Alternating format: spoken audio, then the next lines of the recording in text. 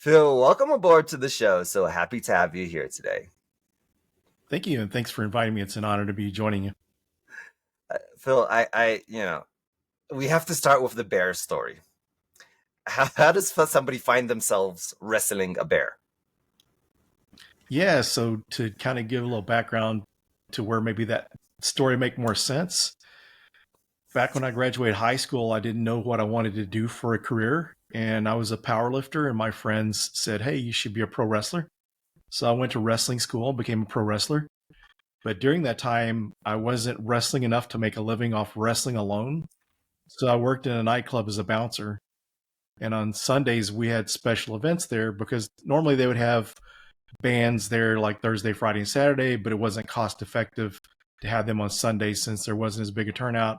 So they'd have different special events. And since I was an employee there and lived there in the city and was a wrestler, they brought in this wrestling bear and they used me wrestling the bear as a way to market Hold on, what's it. a wrestling bear?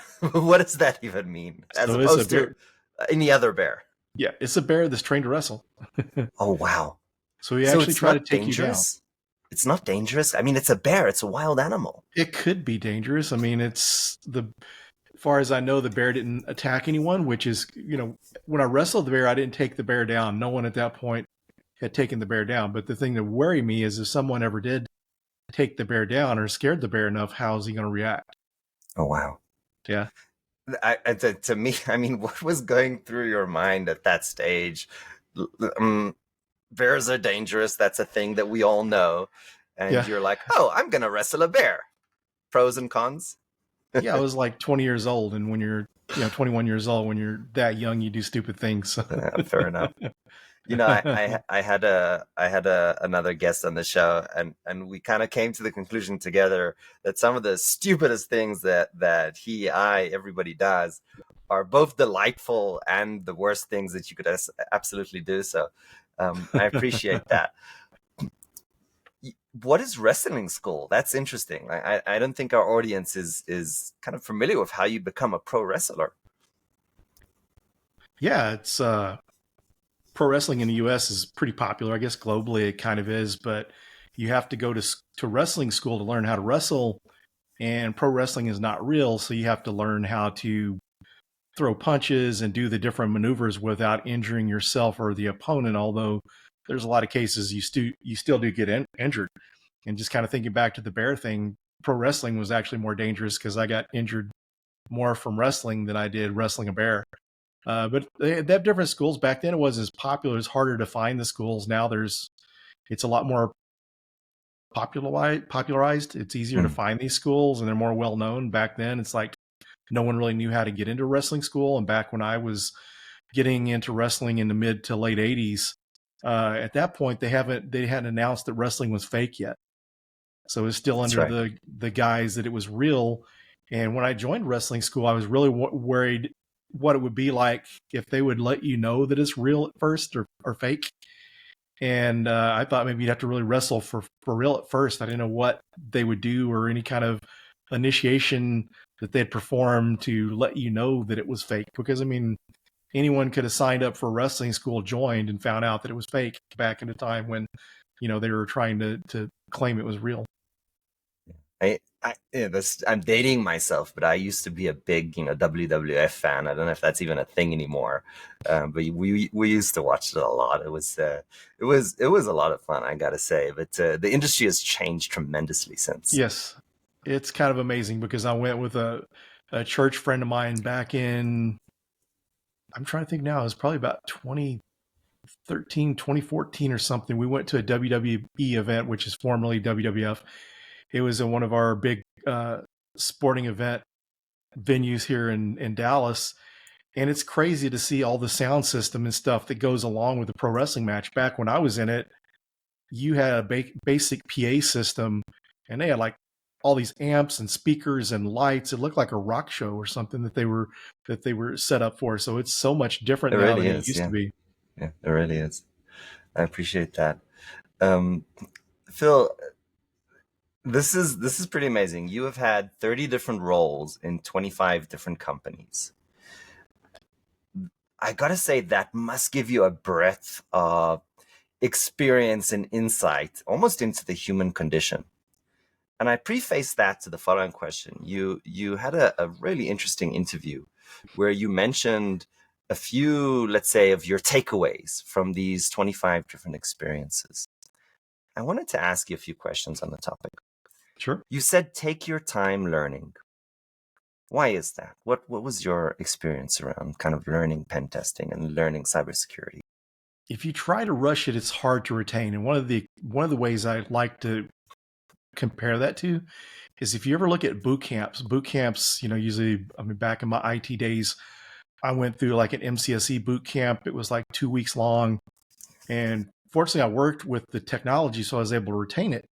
But compare and contrast that to the Cisco CCNA boot camp I went through, which was a week long because there wasn't as much to cover. There's so many different domains and exams you have to study for the MCSE. And so I took that exam and passed it the first time. And for about a month, I could answer Cisco questions Yes. really well. But as I got away from it, we did get to do some hands-on stuff in class, but I didn't really know enough to retain it. And another story I like to share is someone from our local community here in Dallas, our cybersecurity hacker community. This young man had got a job as a pen tester, and he needed to get better at reverse engineering. So he learned the assembly programming language. So he had taken assembly in college as part of his degree, but he really didn't learn it well enough. I think the class might have been not so hands-on because sometimes four-year universities aren't so hands-on. It's usually more reading and more methodology and that type of thing. So he didn't really learn it. So he had to go back and learn assembly programming language. Whereas if he had learned it the first time around, then maybe he would have just needed to do a little refresher. So as you're learning, take time to really learn it well, especially any items you're going to use in your career. Say if you're going to a university and say art appreciation, music appreciation, history, and some of these other studies, not to say they're not important, but they're not as important in your role. So the things that you would be using in a role, if you're going to school for computer science, really pay attention to that stuff. Writing courses, any kind of communication stuff that you're going to use, make sure that you take time to learn it and not just try to speed through it. Because when you really go through it fast, you don't really retain it well. Then you got to go back later on and learn it again. There's an incredibly important point here that I want to kind of extract, and it's about prioritization. Because we can't do everything to the nth degree, which means that we really need to choose where we're going to focus and where we're not going to focus. I gave my son my hack for university. I was working full time, right? More than 40 hours. I was working 60 hours a week and doing my first degree in computer science in parallel. And I said, look, I used to work my ass off at my company. And I used to take a week vacation before the basically semester test, and I used to study. And I told them, look, this works exceptionally well. I got grades higher than what I got before when I was actually going to classes. The only problem is you won't remember anything 3 months later. So anything that you do in that method, you're not really going to retain. That's the big downside. And I was very frank with him about that point, that it's not a great strategy to actually learn. So how do you differentiate? Because there's stuff on the, let's say, the soft stuff of the degree that are incredibly important. There's, stuff on the hard side, right, that are incredibly important, and then vice versa. How do you kind of make that prioritization coming from a point that you don't have 20 years of experience? Yeah, so of course you really want to make sure you get the soft skills down, which in my opinion, a little bit easier to learn than some of the hard skills and more technical stuff because you've spent some time in school before you got to a university or a community college or wherever post K through 12 education you're using. So a lot of those things you should have down. Just make sure you refine those. Because for me, when I was in high school, I really didn't take my writing really seriously. I didn't really take school seriously at all because that's really why I ended up pursuing a professional wrestling career because my grade point average, along with my college entrance exam scores, were not high enough to get into college. I would have had to got some letters of recommendation from high school teachers, retake the exam again. And so, so hopefully most people that are coming through there paid attention and got the communication skills down. But just really focusing on the things that you're going to that you're more than likely going to be doing. So if you're looking at cybersecurity, for instance, then maybe you don't need to learn databases as well as you would some of more of your core cybersecurity content, some more of the security direct related stuff. So if you're going through like a computer science degree, I think that is a great way to get into cybersecurity, because understanding a lot of the technology helps make it easier for you to be able to protect that technology, as well as if you're a pen tester to be able to assess the security of that. So really focus on the things that you will be using in your career and kind of have an idea of what you want to do. And some of the things you can do to figure out what you want to do in your career is go to some conferences, attend different online and virtual events, and get exposed to all those. A lot of people automatically think they want to be a pen tester because hacking sounds fun. Yes. Get out there and explore the other areas, because you may be missing out on your true passion if you don't do that. This is so important advice. I want to put like a huge exclamation mark at the end. Going and talking to professionals, understanding what their day-to-day looks like, what their life, what their profession really is, how it makes them feel, how they're treated, right? What's the kind of pressure, stress in the environment? Like, these are things we're not thinking about as youngsters. Highly recommended. Conferences, networking with people on LinkedIn. There's so many opportunities to do so today. Highly recommended. I really appreciate that, Phil. You said avoid negative people. What does that mean? Yeah, so you want to avoid negative people because it will, and especially if it's like something around the field you want to go into in cybersecurity, because sometimes you find some people that have been in the field, a long time. Not everyone's passionate and willing to help others. So try to stay away from that negativity. It's going to bring you down and just hurt your confidence. So you really want to surround yourself around positive people, because if you ever, you and I, we've been around long enough that, if you're around someone negative all the time, you're just kind of in a bad mood. If, there's say like the bonuses weren't good at work and everyone's constantly talking about, that's all you're thinking about, it's going to be hard to get over those things. So try to be around positive people that's going to help lift you up. There's a dynamic between being negative kind of reflects negatively on you, because in some way it makes you look as if you failed in some way or you're not able to be successful. But on the other hand, these negative types, I had an employee who was just antisocial, negative about everything, but he was the first person I went to when it came to me coming up with a crazy new idea, because he would rip it to shreds, give me 20 reasons why I was going to fail. And about 15 of those are really good points, which I can then go and research into more and think about how I'm going to avoid that type of failure. How do we separate between, let's say, these devil's advocates and then this just emotional negativity? Yeah, you just have to see what kind of positive output, although it could be negative. And that's one of the things too. That's kind of probably one of the things that's kind of held me back from starting a business, and not from the negative standpoint. It's just like you talk about taking this to your employee and he rips it apart. There's times I've thought of ideas for businesses, but I think there's too many cons to that, and it's not necessarily negative. So it's finding someone that can give you that feedback in a constructive way and not just being emotional. So emotions, you really have to separate from it. So maybe someone's got, they're not thinking positively towards that. They've got a lot of cons towards that, but as long as they can back that up and they're not bringing emotions in. When you bring emotions in to the negativity, that's what kind of makes it worse. Yeah, that's so key. I think it's about the emotions, really. If it's really the logic and the risk, and there's good data backing up the quote unquote risk, because I really like to look at it as risk, not negativity. If it truly is risk and not just emotional baggage, then I think that's where it becomes valuable to understand it. And there's some value too to also take in consideration is that someone is like the constant pessimist, someone that's always positive all the time. You got to make sure that they're seeing things clearly, because it's good to be in a good mood, but someone that's what they say is a yes man, always agreeing and going along just to keep people happy, there's also some negatives with that. Yeah. I don't know if you would agree with this, Phil, but I would argue that both of them are equally toxic. I've seen companies go down into basically bankruptcy because of, what we would call groupthink, right? A senior executive leader had some rosy glasses on his idea, going down a rabbit hole and investing, broke the company. And then the other side of it, the negativity is also true. So I would almost argue that it's the balance of, really that critical thinking plus a optimistic view of, we can get over this. Let's find the solutions. Let's see if this will actually work. Let's test it. So I think it's really the balance between the two. Yeah, I agree. Because if you have just a room full of people, they're going to agree, and they may come up and really know this is not a good idea. And you kind of hope you'd have the people in the room that would know whether it's a good idea or not, if you're kind of putting them in charge of helping you run things.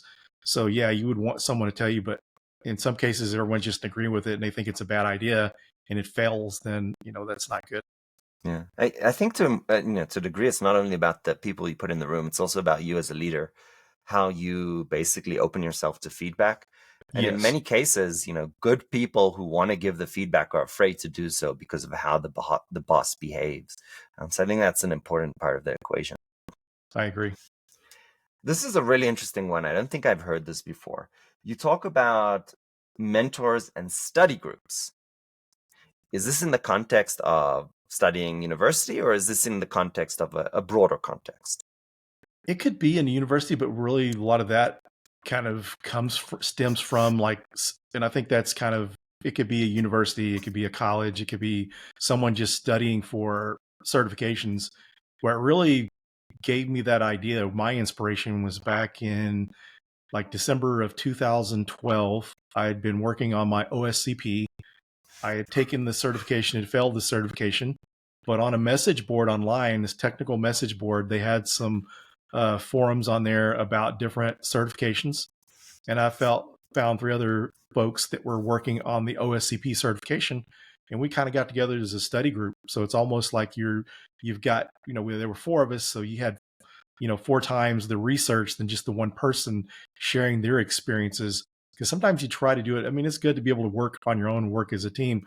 But sometimes when you're doing things alone, you do need a team to help you. And mentors are important as well. But a study group could be as equally as important.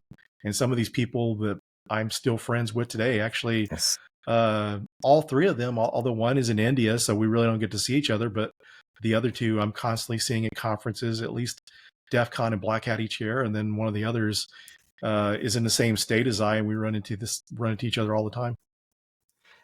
This is such an important point. You really create true friendships with people through going through challenging, hard experiences. Really, really important point. I appreciate that. What about mentoring? How do you even approach mentors? It's a thing that I feel like a lot of people know it's a good thing, but kind of fail at achieving. Yes. And one of the things I like, because the style of mentoring that I do is I don't like to take on people that I have to meet with once a month, once a week. I've done that before and it was okay, but I found the way that works best with me. Someone that's wanting to become a pen tester, we'll sit down and have like an hour-long conversation. I kind of give them some things to work on, let them go on and work on it. And then they follow up with me how they're progressing. And if we need to have another call, we will. But just kind of after that initial call, just kind of communicate through, text message or some messaging app and share information like that. Because, also with mentoring, I think it's good to teach the mentee or protege how to research some of those things. One of the most important lessons I learned from the Offensive Security's OSCP certification is some people really downplay the try harder, think it's bad, but I think today it's in these days, and I've had experience with this myself, we tend to give up too much. We need to learn sometimes to push just a little bit harder to try to get it. If you can't figure it out, then go get help. But I like to mentor where people are learning how to research and find the answers themselves. But one of the things I like to mentor across a bunch of different people, and I really think that's the ideal way to get mentors. Find someone, and it doesn't have to be a long-term thing. Have a call with them, get their advice, start putting those into action. And when you have the diversified list of mentors, I think you have an opportunity to learn more. You're not just dealing with this one person's opinion and experience. You're using the experience of many and the knowledge of many opposed to just the one. Yeah. I want to kind of reverse engineer the psychology of the mentor. and this is from my personal experience. Tell me if you agree with this. If you give somebody advice that you truly believe with your heart, and they kind of ignore it, that's not the relationship that the mentor is looking for. You're looking to have an influence on a person that will actually invest the time. And if they kind of ignore what you're saying, there's really no first step for a relationship.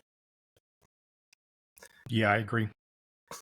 Um, And at that point, the mentee needs to find someone that they can work with. If it's them not following the instructions, then they need to work on that themselves. And sometimes it could be mentee mentor relationships. It's interesting. I used to do mentoring through ACP, the American Corporate Program, and it was this organization that was pairing up people working in the industry with people transitioning out of the military. And I had a mentee one time that never showed up for any of the calls, but then I had another one that we were working through. He was proactive. He was constantly texting me, asking me questions. He was mentoring people himself while he was on his journey. And so it's just, sometimes it's the relationship, how well you get along. And sometimes you just may not, for a mentee, it may not be a fit for you, the way they do things. Because one of the examples I like to share is there's some people that have been in the industry a long time. Some people view it as gatekeeping. And sometimes it's just, this is the way I did it. This is the way I think you have to do it. So there's some people that I know that work in offensive security, work in security, that they really think, they're really intent that you should be a sysadmin or network administrator before you become a pen tester. And my thought is, if you can learn the skills and the knowledge, you don't have to put in that time as a system administrator or a network administrator or work in IT. You don't have to do that. Is it helpful? Yes. But then sometimes I think that's some of the things you run into, that this is kind of their way. The mentor is not flexible enough into thinking. So it may be just a matter of finding someone else. I appreciate that. The final point you made is around networking. I think from the job search perspective, a lot of us think that, we're just going to submit our resumes. And that really doesn't work. Some stats from the end of the year, 1,000 applicants per role in tech jobs. How does networking fit into this? What's your strategy? Yes, networking is one of the biggest things you can do. And kind of part of it has been, my personal experience was, once I got out networking, if I need a job, I can find one rather quickly. I got laid off at the end of February, and then within 6 weeks I had an offer, and I only spoke with like 3 companies because my current employer, whenever I interviewed with them, I really liked the company and the people. So I was really kind of holding out to see if I got an offer from them or not. So having really leveraging your networking is going to make it easier to find jobs. And this is not just through LinkedIn. LinkedIn is very important. But one of the things that makes things a lot better is when you meet people in person. So focus on building your network on LinkedIn as well as in person, because once forming relationships with people just seems to work better in person. And the more you work on that, the easier it is to find a job. There's some people in cybersecurity that are really working on their OPSEC or operation security. They really don't want people to know where they're at, where they work, so they can't get social engineered. I know someone that's been in IT and security for many years, and the company, they're really worried about getting laid off from their job, but they don't have a LinkedIn profile. It's like I tell people, you could be the best in the world, but if people can't find you, it's going to be hard to find a job. And then looking at these recruiting systems, there's such a huge influx of people looking for jobs. You could be competing against thousands of people. And what's going to set you apart? You may have all the certifications or degrees, and maybe this AI enabled application system may not be pulling your resume. So if you're meeting people in person, then you're either able to get your resume in the hands, or CV in the hands of the hiring manager, or someone can get you in touch with the hiring manager.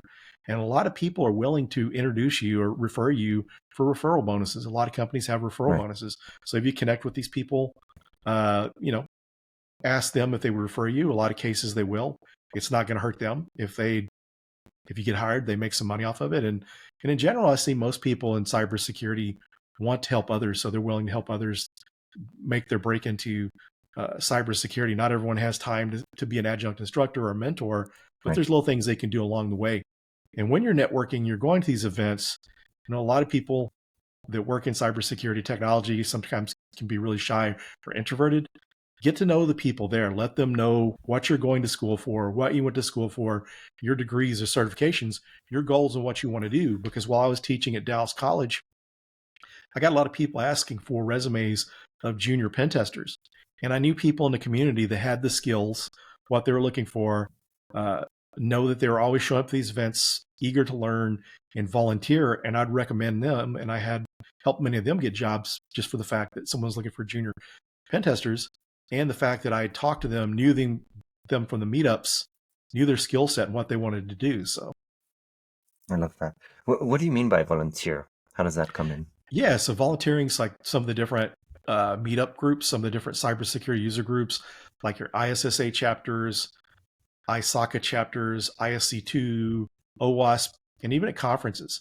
A lot of conferences are always looking for volunteers, and this is a good example, good opportunity, and especially for students just trying to get out. I know a lot of college students that are graduates that graduate now and still in college, some that they go and volunteer at these events, and they find internships easier. They're able to network with people, whereas sometimes that's kind of missing in some of the schools. They don't always emphasize networking. And when I was teaching at Dallas College, that's one of the things I always emphasize to my students is get out there and network. The more you get to, and not only is it good from a job perspective, if you run into a problem on the job, then you've got this pool of people that you can reach out to and get answers.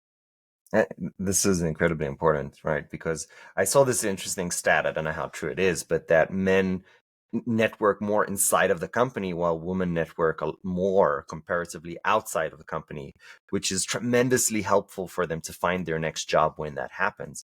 And I was like, oh my God, this is such an important thing. And at least for me, that stat was true. So it kind of changed the way that I was looking at networking. This is an incredibly important tool. So I really appreciate that insight. There's only, believe it or not, we're out of time. This has been so much fun. I have one last question. It's the only scripted question that we ask all of our guests. And it's a difficult one because it's a personal one at that. If you had to go back to 20-something-year-old Phil, what kind of advice would you give him? Yeah, one of the things I would have done, what would tell 20-year-old Phil is I would have focused more on public speaking sooner, and just to put more effort into learning, because at that point, this was like in my wrestling career, and even like public speaking, if I would have been good at public speaking when I was going through my pro wrestling days, I would have been a better pro wrestler. Because if you're a shy person, to get up there yelling and doing like the pro wrestlers do, that can be kind of difficult. So if you have experience speaking, if I would have got into public speaking sooner, that could help me excel in other areas. I love that. I could not agree more. The stat is outrageous. It's like 80% of people are, mortally afraid of public speaking. So it's a skill that many of us can definitely improve in. Phil, what an absolute delight. I appreciate you coming on the show today. Yeah, thanks for inviting me. This has been a lot of fun. I do a lot of podcasts, and this was very unique. I like the questions. It was a lot different. So thanks for having me. Thank you so much, Phil. It's very kind of you to say.